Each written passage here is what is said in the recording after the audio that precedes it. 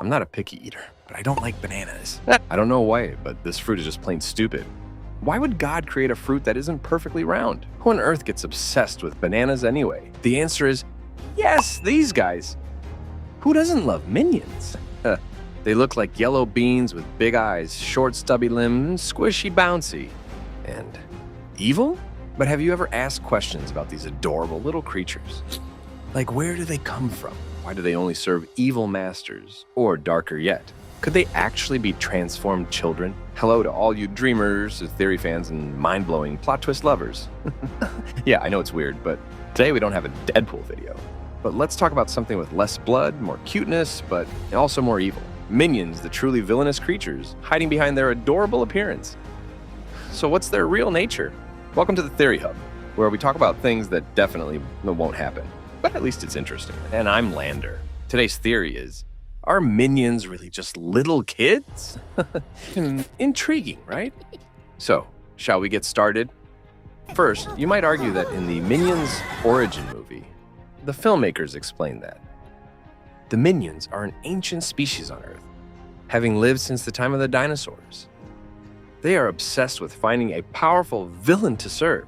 But this sounds utterly ridiculous, doesn't it? The mere existence of minions is extremely unnatural.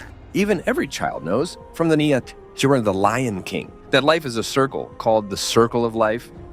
All creatures, from plants to animals, follow this cycle.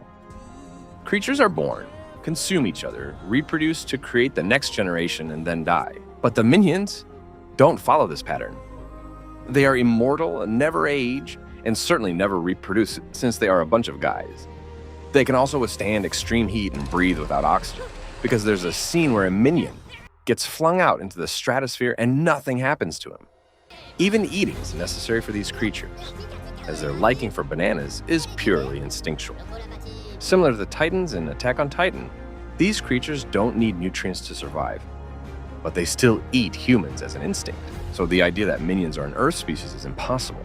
If they did exist, their structure and capabilities would make them rulers of the Earth, not lackeys serving someone else. Are the filmmakers lying to us? I'll get into that later, but let's analyze the theory that minions are actually children. I propose that minions are children of color born during times of war. They died due to the war and transformed into a new life form, or had their genes mutated by some kind of bomb radiation during World War II. Here's some evidence. Look at the behavior of the minions. You can clearly see mischievous boys aged 6, 10, and they're always causing trouble and doing stupid, thoughtless things. And this bunch tends to misinterpret the master's commands, characteristic of children who haven't fully developed their cognitive abilities. They can't reproduce, but the number of minions keeps changing, and initially Gru had about 200 to 300 minions. But the latest statement from the filmmakers claims that Gru now has over 10,400 minions. So, where do the new minions come from? As I hypothesized earlier, minions are either genetically mutated children or post-mortem forms of dead children. Kids this age don't have reproductive capacity, so minions naturally don't have any desire to procreate. The addition of more minions is simply because the number of dead or transformed children continues to grow. The idea of 10,400 unjustly killed children to now isn't far-fetched. Minions can't die because they aren't normal creatures.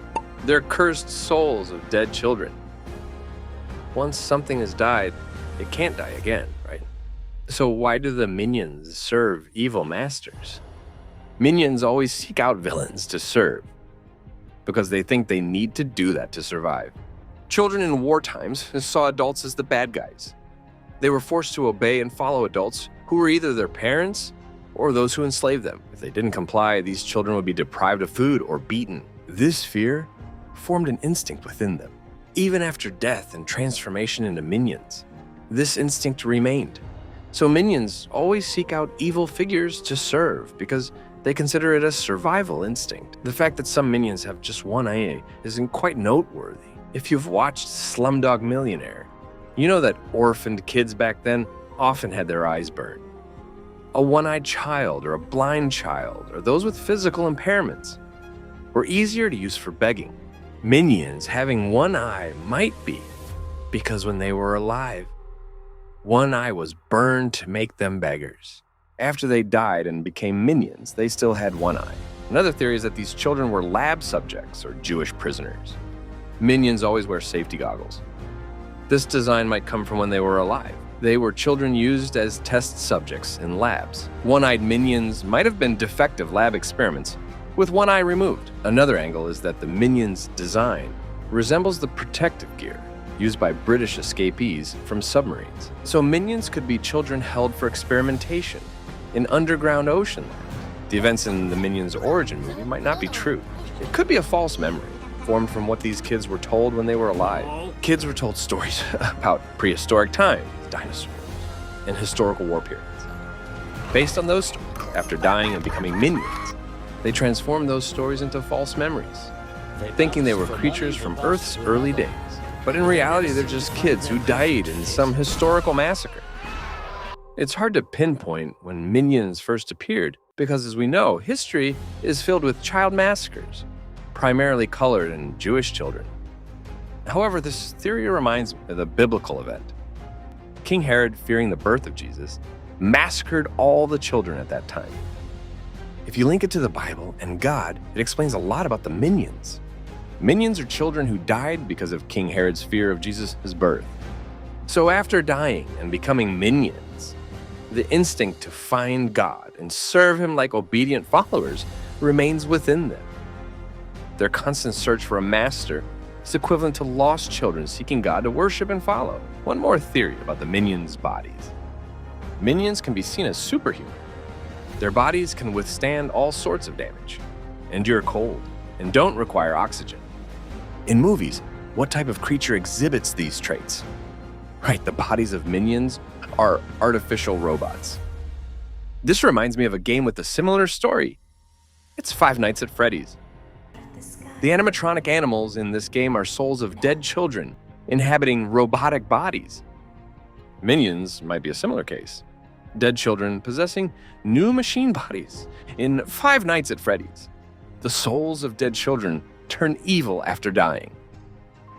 Similar, minions, after dying and becoming minions, only seek out evil figures to serve. In summary, with all these arguments and evidence, you could conclude that the minions we see in movies are children who died in a historical massacre or were war victims. They died and transformed into a new life form, either through genetic mutation or by becoming cursed souls that possess machine bodies. And that's my theory on minions are actually dead children. Pretty intriguing, right?